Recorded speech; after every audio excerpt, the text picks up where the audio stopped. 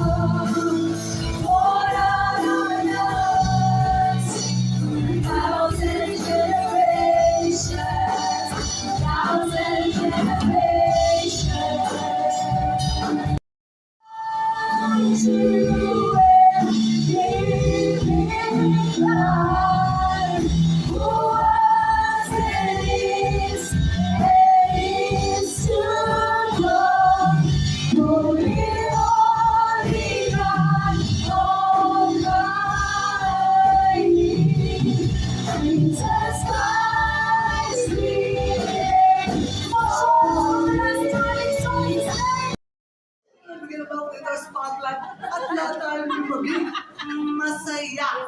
Yan. So, maraming sa akin sabi nga po, gratitude. So, gratitude, alam ko po, bawat isa sa atin, napakaraming gustong pasalamatan. Yan. Dami natin gustong pasalamatan.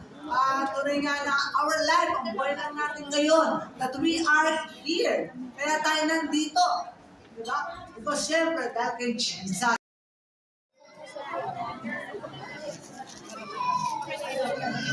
Team ka lang, team ka lang. Siguro pwede pa tayo Wala akong team.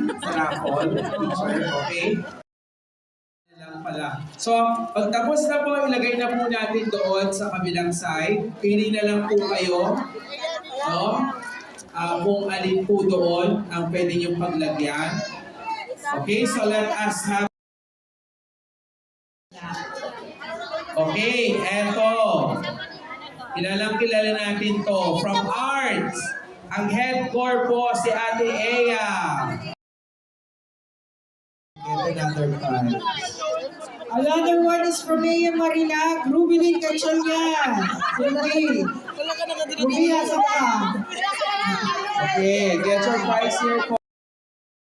Crisaline Miraflor. It's okay. The best Crisaline Miraflor. Wala po ba? Wala pa ba? Mental pen? Wala daw po. 13. Meron po sa Benj Paredes. Nandiyan na ba si Benj? Wala pa. Wala pa. Nandiyan?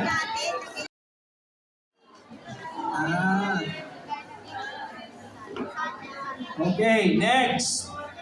PM Marilag. Polanco. Chini. Si Chini. Next. Chini. Ea Marilag. Yeah. And sometimes we're like, parang every now and then may breaking point, every now and then pressure. Sino po dito stress? Amen. Diba? Hindi halata. Kasi parang tumatawa tawa lang tayo, pero deep inside, stress na pala tayo sobra. And then sometimes we can feel na kahit Kristiyano na po tayo, we're dry, di ba po? Minsan nararamdaman natin yun. And minsan, yun nga po, kahit teachers na tayo for a very long time, nagiging impatient pa rin. And then really exhausted. So, mahirap po ang everyday life, di ba po? And so, that's why in this scenario, the reality, paano po natin nilalaban maging thankful? And He will not harm. And, okay, moving forward po. And then not only that, not only trusting God's plan, but also sabi po dito an encouragement, let the message of Christ dwell among you. So the message of Christ is very powerful. So what do we have to do with it? Ang sabi po dito, let's hide in His truth. Minsan po, we're hiding from our problems in a way where minsan tinatakbuhan natin, or minsan parang dahil ang dami ng problema, ang dami ng pressure, ang dami ng stress, shutdown na tayo. Ayoko na isipan. Saan po ang ating camera? Edna? Ay, nasa Hawaii. Tignan niyo po, pare-pareho sila ng gamit.